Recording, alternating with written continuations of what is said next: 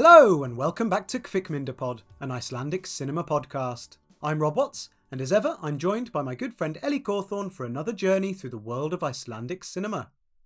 This week's film is Cruelty, or Grimmed, from 2016. It follows detectives in Reykjavík as they attempt to solve the murder of two young girls. Starring Margrét Vilhjálmsdóttir and Sveinn Gunnarsson, this is an icy cold and very bleak Nordic Noir. After Ellie and I recorded our chat, it came to our attention that the director of Cruelty, Anton Sigurðsson, has been sentenced for embezzlement and money laundering with regard to the film. Our covering the film obviously does not endorse Anton's actions, but it does support everyone who starred and who helped to make the film. We're celebrating their work rather than ignoring the film entirely. If you've not yet seen it, it's available to rent or buy on Apple TV in the UK. Right then.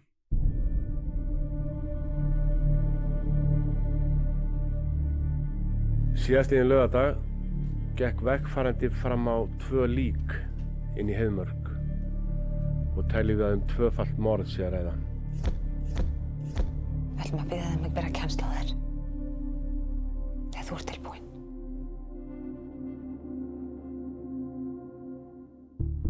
Þessi kona eitur. Hún hefur rústað lífi mínu. Fleiri manna til að fulla í einhverjum draumórum sem nefur. Þú vaknaðir. Veistu að borða? Hvað gerðist svo? Fór út að labba. Hvert fórstu að labba? Elli. Hvenær hittur stelpuna? Ég vil tala við Eddu. Já, hún vill ekki tala við þig!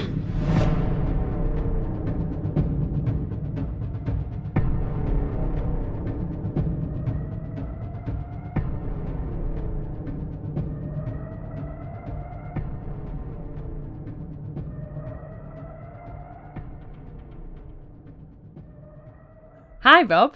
Hello, Ellie. How are you? I am good, thank you. How are you? I'm all right, thanks. Yeah? Ready to say goodbye to February. Yeah, very much done with February.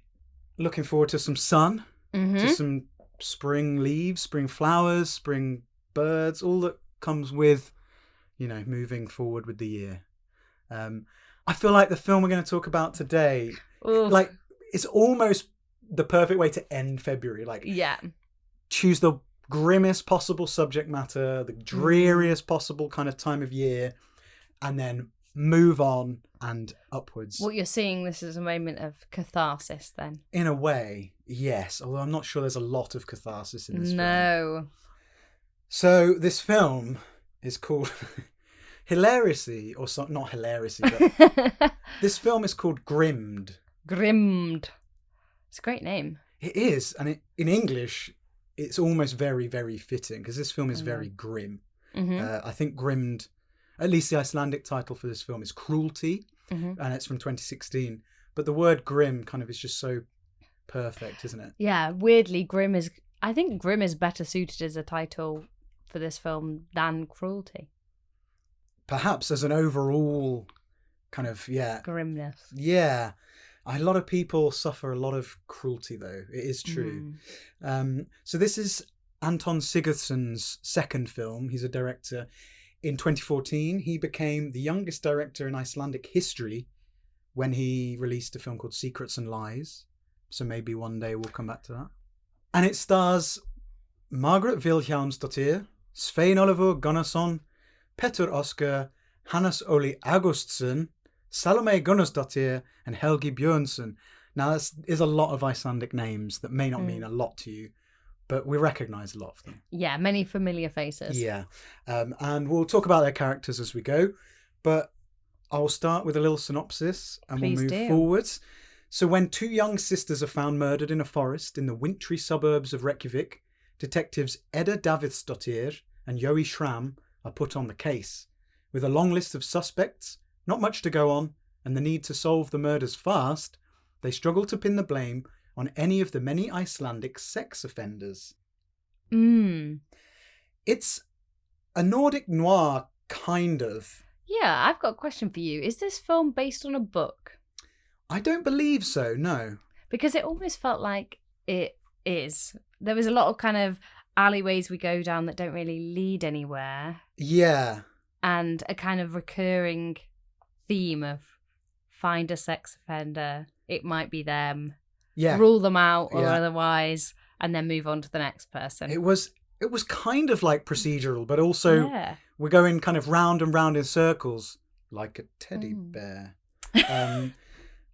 It didn't feel like they were kind of moving through this investigation. It felt like, look down this way, no. Look down this way, no. Yeah, it wasn't very linear, was it? No. Which is kind of interesting in a way, but it did kind of feel like you were kind of just jumping in and out, going to different places. Sometimes you had no idea why you were in a place.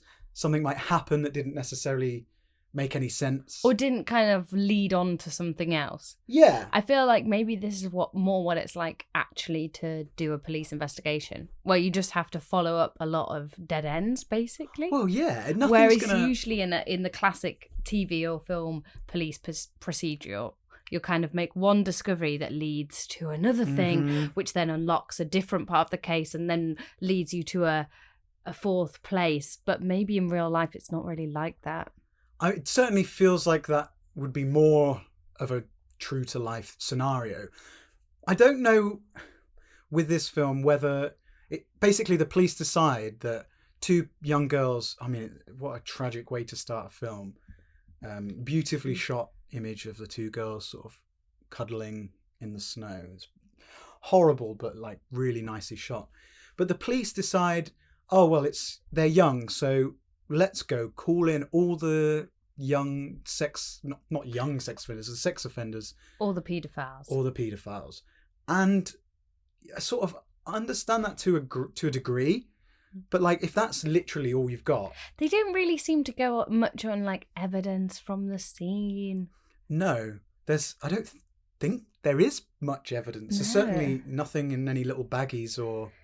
All there is the white van with no number plate. What the hell? But this is one of the many random things that happen. So I get that unnamed detective with the blonde hair is kind of doing all the grunt work. Unnamed detective. Is she named? I don't know what her name is. No, I don't think she is. But she has no character development. She doesn't have a name. She just does some of the work and has some lines. But we don't know who she is. Again, maybe there are just kind of too many characters in this film. Like, there was like loads of random police people that are, I would say, extraneous and unnecessary. Maybe. I mean, police departments do have a lot of people. Yeah, but we don't need to like... I don't know. I don't think every murder can be solved by just the one lone detective, which is quite nice in a way to see that. But that white van, we'll come back to the relationship between Edda and Jói and unnamed blonde detective.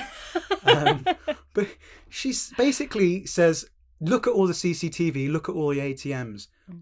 Looking for what? And then she just says, the only thing I found was this white van with no number plates. Yeah.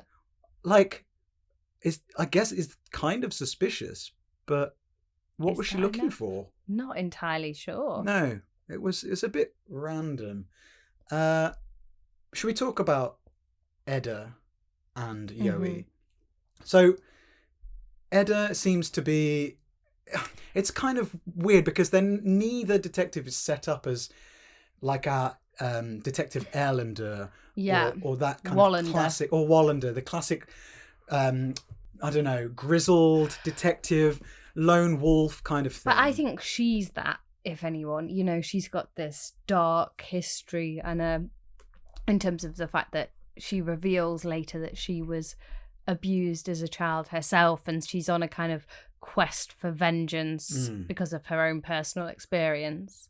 So I think she's our Mayor of Easttown or our Wallander, but she's just not given as much kind of character development and outside of the case. I think that's the trouble with the film from a kind of emotional level, is that we don't get that character development for anyone, really.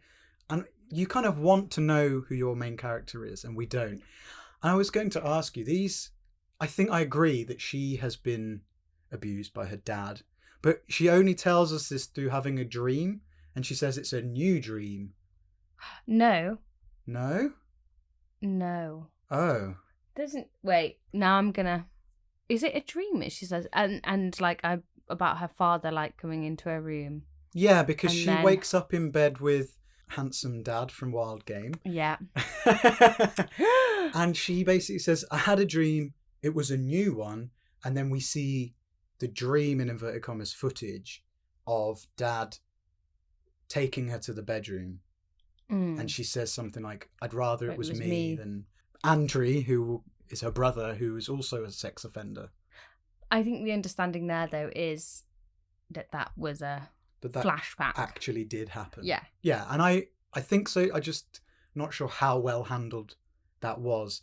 But it does give you that weight to some of her decisions and some of her relationships, and the same with Andrew. And it feels like everyone in this film has got some kind of heavy baggage. Yeah, I mean, it doesn't paint the best picture of life in Iceland, does it? It's basically a tour of the paedophiles of Iceland.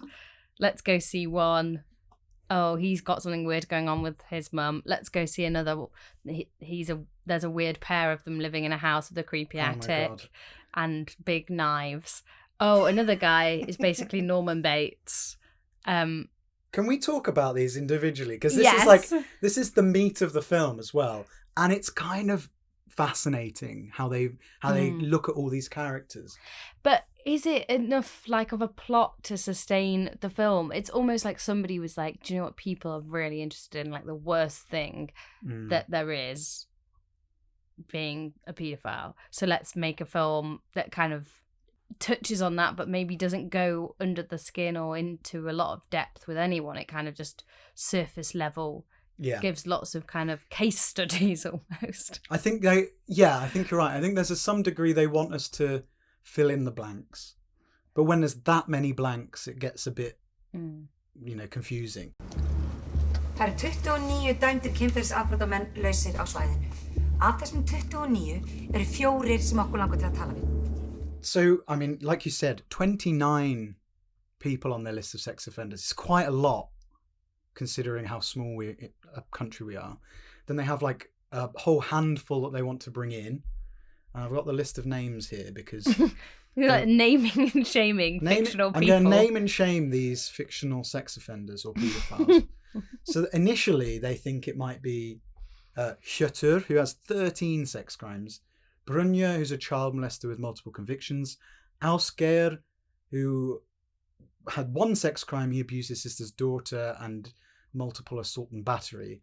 And then the 4th one is Magni, who becomes one of our main characters, who we see at the start in a children's gymnasium sniffing underwear. Like, yeah. It's a bit on the nose, isn't it? It is on the nose, just like those pants were. But like, it is very on the nose, and it's so in your face at the start. Like, okay, yeah, he's a wrong 'un. We get it. This is, of course, Hannes Óli Ágústsson, who we know from as Play Ya Ya Ding Dong. Yeah. Oh. Yeah. But I feel like also, unfortunately, it did fall back on a few cliches or stereotypes. So the character Ragnar, who is one of these people on the suspect list we meet, he's basically just like Norman Batesing it up. Like, his mum's dead, he's speaking to a doll instead of his mum. Yeah. Having these kind of imaginary conversations with her, which does feel like something we've seen quite a lot before. Yeah, I guess so. It's not. He's not quite Norman Bates level. He's very simple, in a way that Norman Bates was. He was far cleverer than I think Ragnar is. And the thing that this film does as well is, like, at least 2 of the characters are obviously low IQ, and Ragnar. It is creepy, and it is kind of well done in the cinematic way of, he's talking to his mum, but we don't see her. It's like automatically something's wrong. Yeah. And then at least it wasn't her dead body. Yeah, which I 100% thought it was going to be. Oh, yeah. Well, it's that dark. It could have been. But also, I mean, when they have the first interview with him and they're like, oh, how come you've got a scratch on your hand? And he's like, oh, I have a dog. It's a Labrador. Oh, wait, no, it's not. It's a golden retriever. It's a golden retriever. And I have a car, but it's... What was his other, like, terrible, lame alibi thing? Oh, something spilled in the car. Like, it was a fish. He knocked a fish out with I know a there's boulder. blood in my car, but I used a rock to kill a fish in there. And you're like, come on, arrest this guy right now. And they're like, okay, cool, see you later. I mean, that's not... Have they seen the car yet? I don't know. It's not... He was the most shady person. He was so shady, but it was almost like... I don't believe you, but I also don't feel very much like you could have done this. But yeah, at what point do you make an arrest? I'm not a police officer. I don't know at what point you need some semblance of evidence. Yeah. But he does seem like a suspect. It makes sense. He's got a fucking wall full of photos of children. Yeah, exactly. Which we never fully understand. But no. He does at one point to Jói say, I've got permission for all these photos. Oh, that's fine then. Yeah, okay.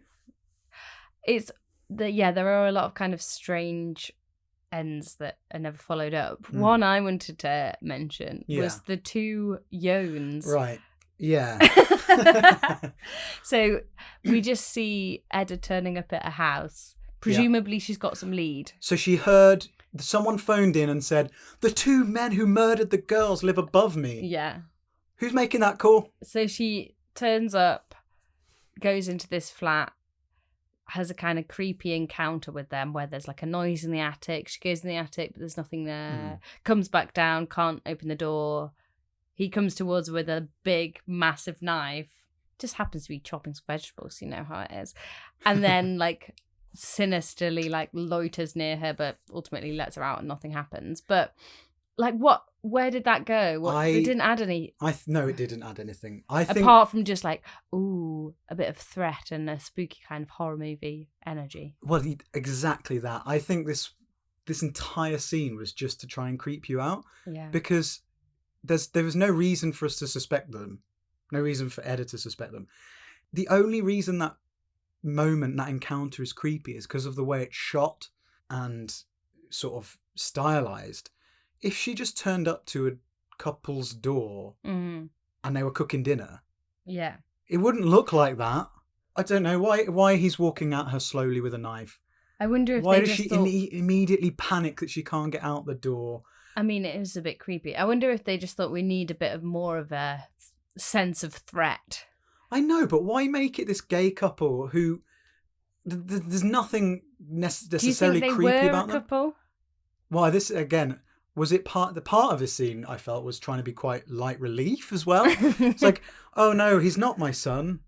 It's like, yeah, okay, they're a couple, fine.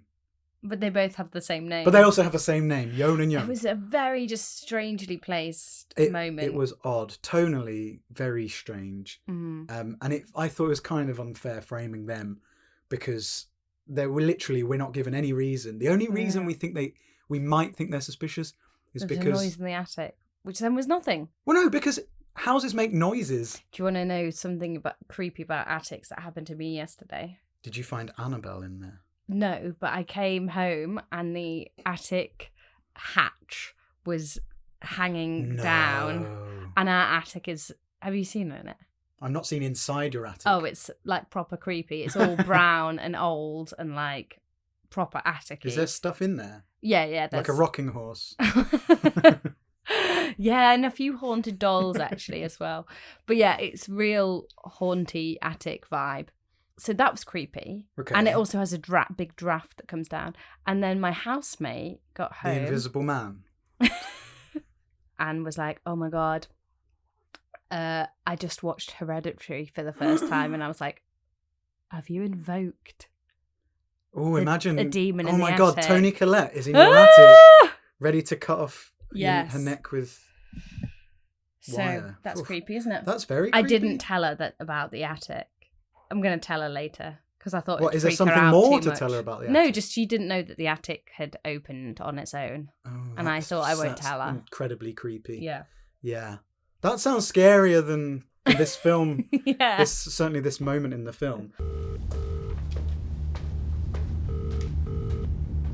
Neyðarlínan er í tveggjudagastöða. Já, mennin sem misti stelpurnar tvær, þeir búa hérna fyrir ofan mig. Já, ert þú Svala Jónsdóttir? Já, ég er Svala. Ertu að Sólarlöku 18? Já, Sólarlöku 18. Á hvað hæður? Ég er á fyrsta hæð, þeir eru á annarri hæð. Það er annar hæð. Já. Og eru þeir komin inn í húsið? Já, þeir eru komin, geta ekki komið strax. Ég sendi aðstoð til þín strax. Já, endilega strax.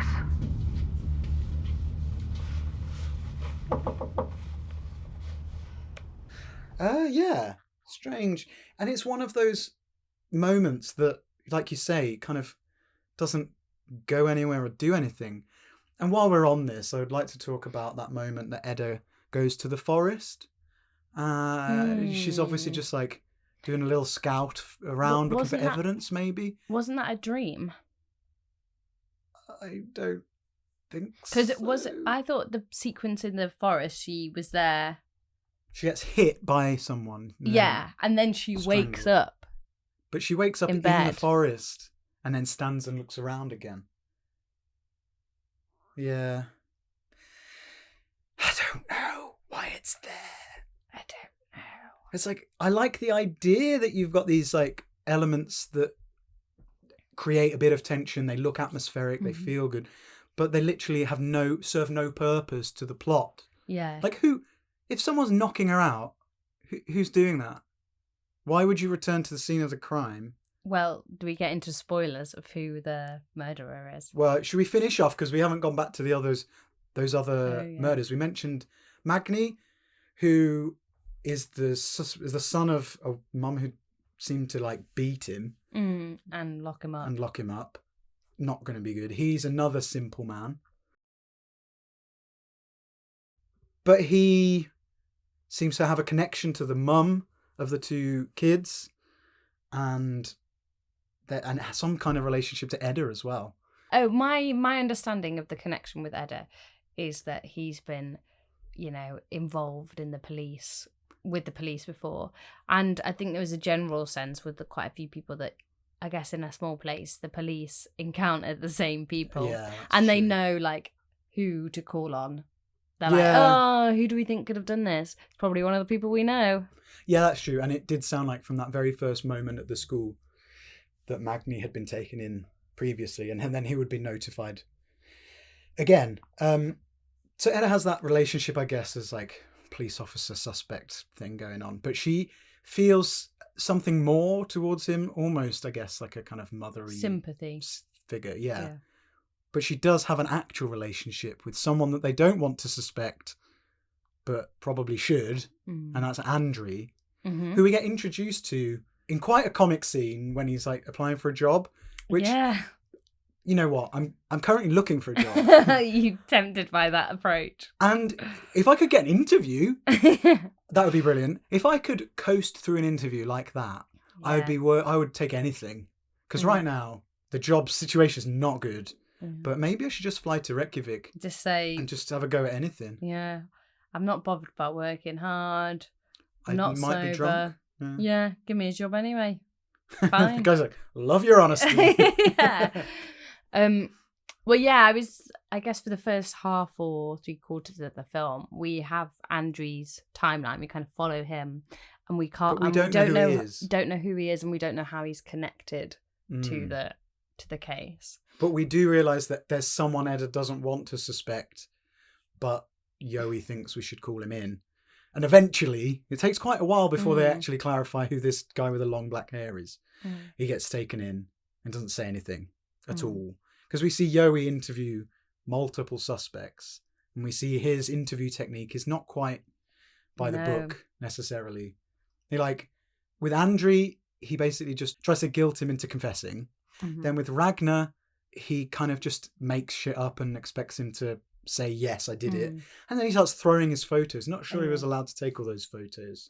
And with Magni, then he just forces him to sign a false confession. It's terrible. It's awful. It's a making a murderer style confession where you got this sort of heavy-handed cop just writing down exactly what he wants to have happened. All you have to do is sign this. Sign it. And the suspect, who does ultimately sign the confession, is not of sound mind.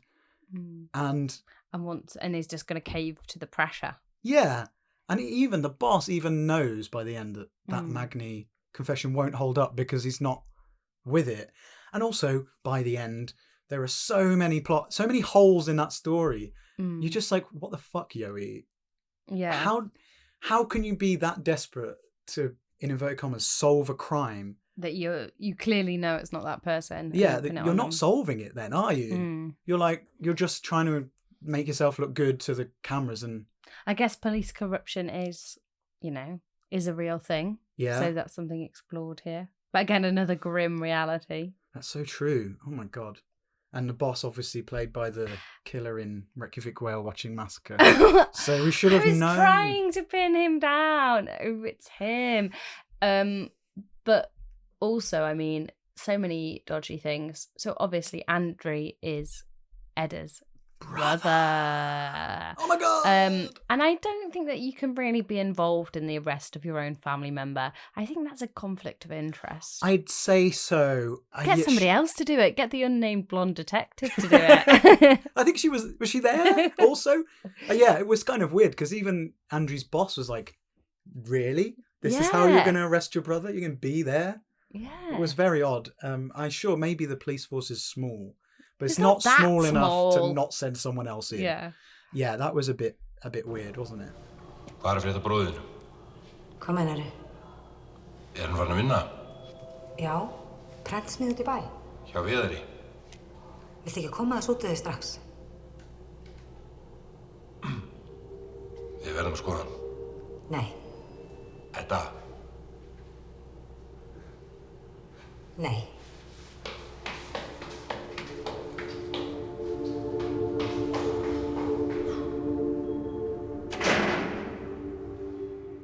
Something that is never explained is why Andri's name is on this list. Actually, I guess that's true. We do know why some of them are on the list because they kind of run through, as you did earlier, the naming and shaming. Mm-hmm. But we don't know the story of how he's ended up there. And I guess it's probably because we want the director or the writer who wants us to be able to keep up a sympathy with him. Yeah. Because I think that throughout the film, we are led to be sympathetic towards him. I would say so, and it's kind of clever of the director in that the only person I actually do feel sympathy with, okay, other than Magni at the end, is Andri when he gets beaten up by the work colleagues who discover that he has this background, he's on a list, and he gets chased, and I was like, oh shit, they're gonna get him, and I didn't want them to catch him because by this point you don't know. But when in the kind of following his story through, we are put in a position actively, it's not an accident, to sympathise with him and to be on side with him. We see him date, we see him work, and nothing about that necessarily suggests that he's a wrong 'un. And then there's that weird scene with Edda and Andrew on either side of the door. And the first time I watched it, I thought I'd missed something because he's wearing gloves, and I was like, oh my God, what's he doing? Why isn't he answering the door? Did he just kill the girlfriend? No, he's just doing the washing up. And he doesn't want to speak to his sister. So much of this film is like framed suspiciously, which again is kind of clever, but also it just really just serves to mislead you. Yeah. That's not even for the detectives for their kind of benefit. It's just like, yeah, let's make Andrew a bit more suspicious now. So Edda and Andrew have this relationship, and she obviously hasn't spoken to him since whatever happened. But she has this one other relationship with this other guy, Ólafur, who is an older man. Also like a random addition. I guess, but there is a kind of reason he's there. So she tried to get him sent down for being an offender 22 years ago. I was like, God, how old? She must have been like 19 or something. Her first ever case. Yeah, that case that she can never shake. And clearly he was arrested and on trial for like 8 offences or something and acquitted of all of them. She desperately tried overtime to, make something stick, and it never did. And it's kind of that thing of like, she almost Jói-like, she just wants this person done. She must truly believe he did something. But we never get any facts about that case. We don't know quite what he did or why he was acquitted, but we know that she cares a lot. And then that kind of doesn't go anywhere during the middle of the film. Jói's like, we don't need to bring him in. Why would we bring him in? He was acquitted. There's literally no reason. But then by the end, it turns out maybe he did do something. How did you read Loftus' death? I don't know if I necessarily read it as a confession or just that his life had been ruined by the fact that he was accused of this crime, whether he did it or not.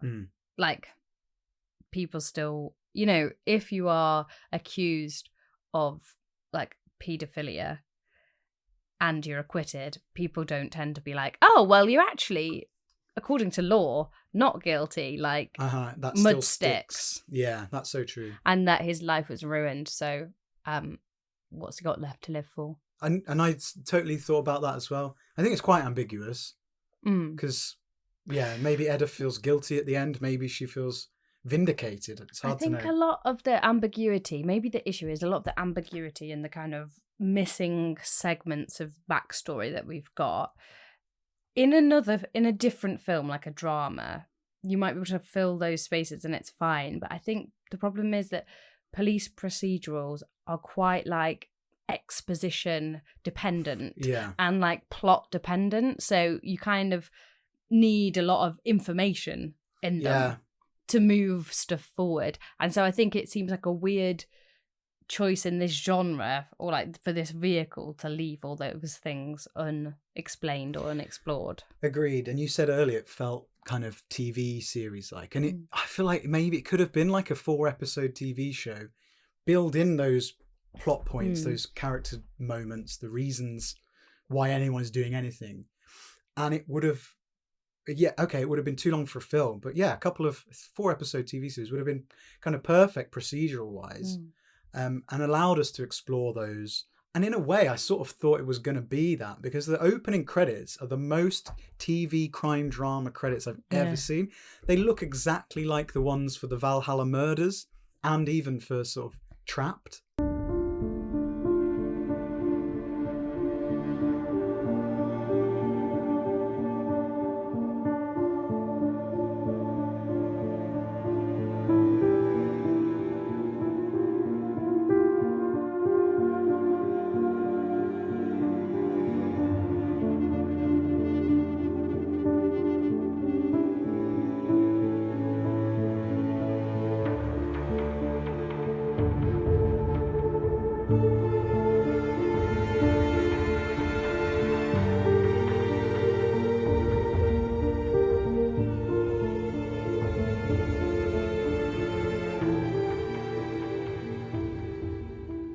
I'm talking about the not perhaps having that emotional connection with at the heart of this.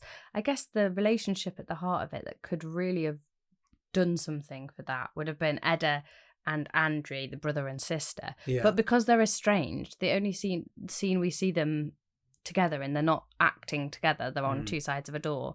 Like, the whole point is that she's so desperate for him to not be involved in this, but we don't really see any of that tension or that relationship play out because they are estranged, which feels like a lost opportunity. Yeah, and it would make the final scene all the more powerful when she finally comes back, asks for forgiveness, feels guilty, tries to, he's in a coma by this point, but she spills her guts and apologizes and all of that, only to 2 minutes later suddenly think something else. Should we talk about that? We should talk about that. Ending? Twist? Can we call it a twist? I think it was a bit obviously coming. Yeah, let's call it a twist. No, let's not call it a twist. Let's not call it a twist. He was there all along. A conclusion. It was Andri that did it.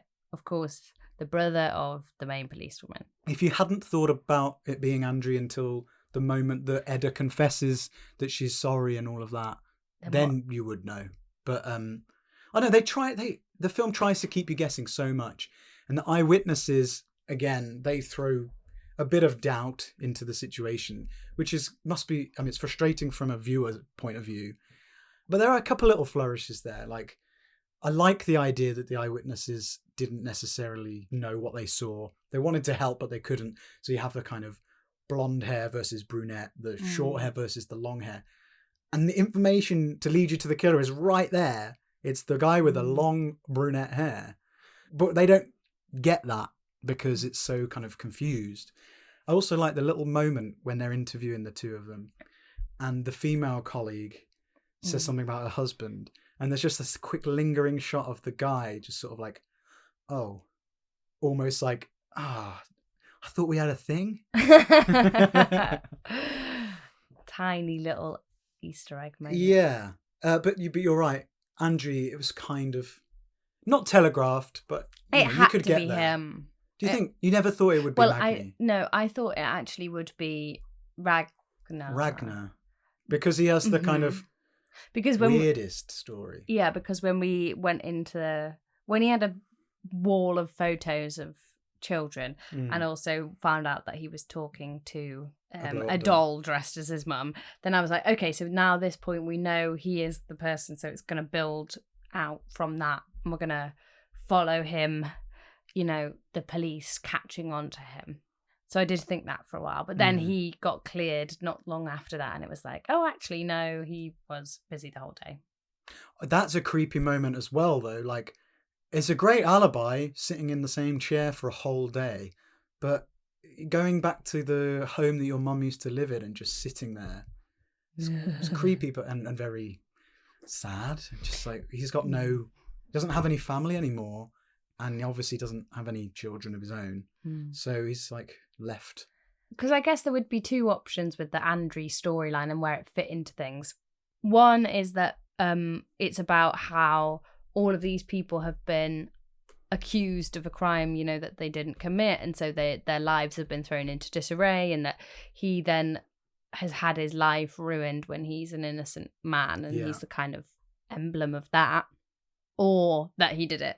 And I think what the filmmaker's intentions are to basically be like, ooh look, feel sorry for this guy, he's been hounded and his life's been ruined by these false accusations, and be on his side. And then, wait, actually it was him and you were on the side of the baddie. Ha ha ha, twist. But it just didn't, I don't know. I'm not sure it was that. The problem I have with any of these kind of murder things, and it goes back to Agatha Christie, right? I'm actually listening to an Agatha Christie audio book at the moment. Murder at the Vicarage. Okay, nice. And all I'm doing all the way through is I'm like, I know it's going to be the person that I'm meant to suspect the least. So I'm constant, But she keeps you guessing which one do I suspect the least? Yes, which she does a bit better. But in some things like TV crime dramas like this, then you're like, well, it's him because he's the one with the connection to the police woman. And because it's not built out in any other way, there's no reason to think that he's in this film for any other reason, I suppose. And that can be pulled off. Like an example of that where that's pulled off really well would be like Broadchurch. Do you remember the twist? I haven't actually watched Broadchurch, so that's one to get back. That's where they basically have this twist. Okay, great. Thanks for the spoiler.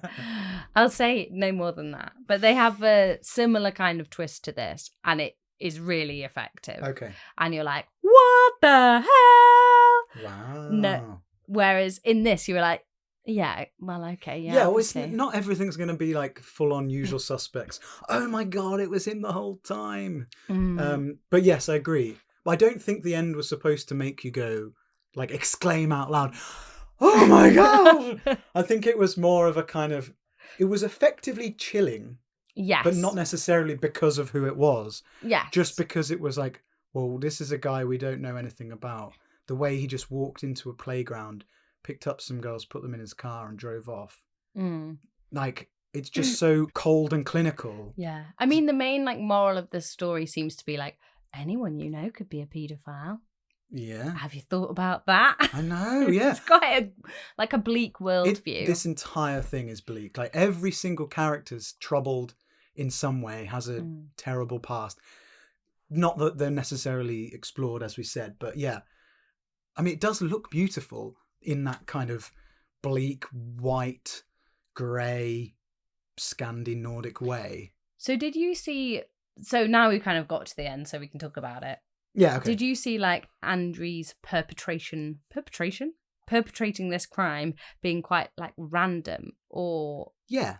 But what wasn't really filled out was we had those diary entries. Yes. About my friend, the lion, comes and plays with us and he's fun. On which note... Doesn't reflect Andrew's personality at all. No. On which note, why did the mum rip those pages out and destroy them? Yeah, I had this question too.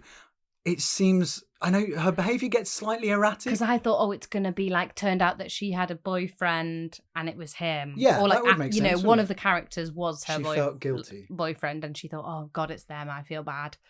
Hide that connection. But then she still knows who the killer is. If that would mean she knew who the killer was, that would be even worse. Yeah. It's hard to tell what's going through her mind. Obviously, it's grief. Is it just because she's kind of so disturbed by it that she feels guilty that she didn't know any of this was going on, and perhaps wanted to hide the true depth of how much she'd missed? I don't know. It felt a bizarre thing for her to do.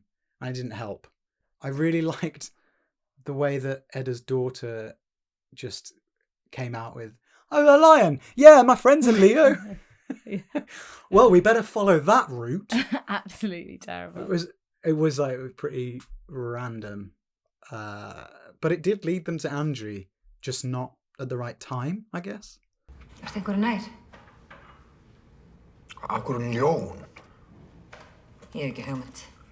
Vinkona mín er ljón. Hvað meinarðu? Hún er ljón. Ég er krabbi. I feel like we've been a bit hard on this film. Was there anything that you thought it did well? I think it made me feel like nervous to be in Reykjavík. I'm glad I didn't watch this before I went in November.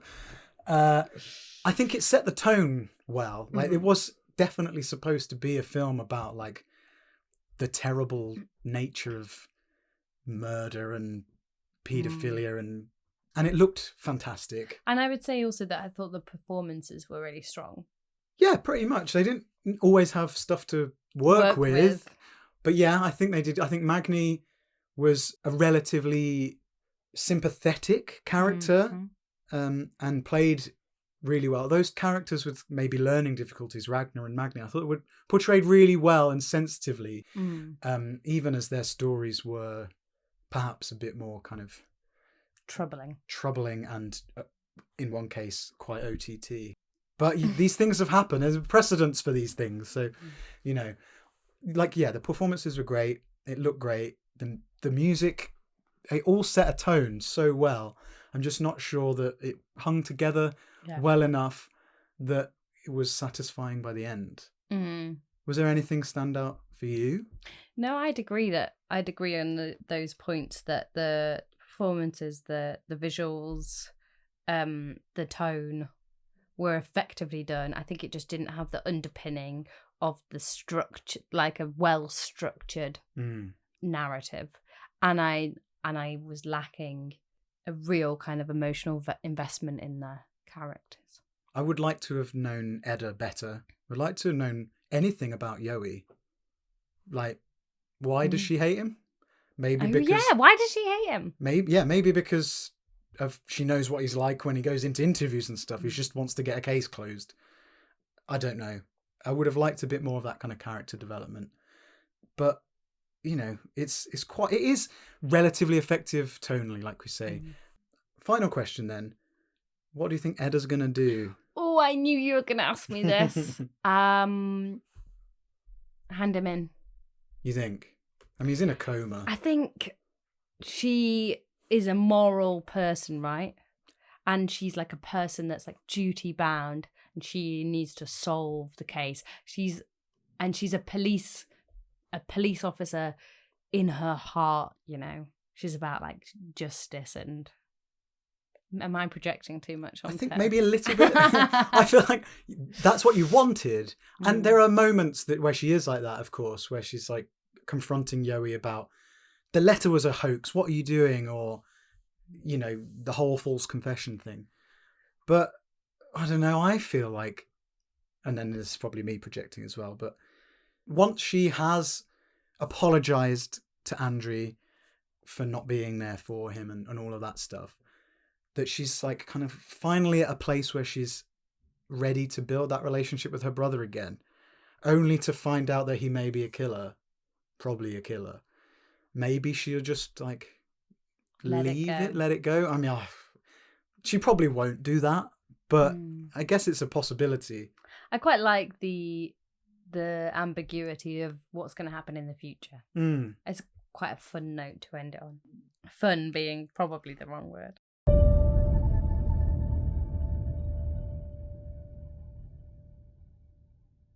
No, not a fun film, but a film with lots to recommend it and lots to discuss. How did you find Cruelty? Too depressing? Too many plot holes? Too many sex offenders? Or was it bang on the money for bleak Nordic Noir? It's always fun taking a look at Icelandic films that seem to try to fit into exact genres, even if they don't completely work. And it's certainly a contrast to last week's film, comedy-drama Driving Mum, and next week's comedy Northern Comfort, which recently dropped on Netflix UK. Before we go, a reminder that you can follow us on X, Instagram and Threads at Kvikmyndapod, that's KVIKMYNDAPOD, and you can support us by chucking us a little coffee money at kofi.com/Kvikmyndapod. We're also now on Discord, just search for Kvikmyndapod and join in all kinds of discussions with fellow listeners from around the world. Also, the audio of every episode of the podcast is now on YouTube, and we have an actual Wikipedia page. Thanks, Kieran. See you next week. Tack og bless. Thanks and goodbye.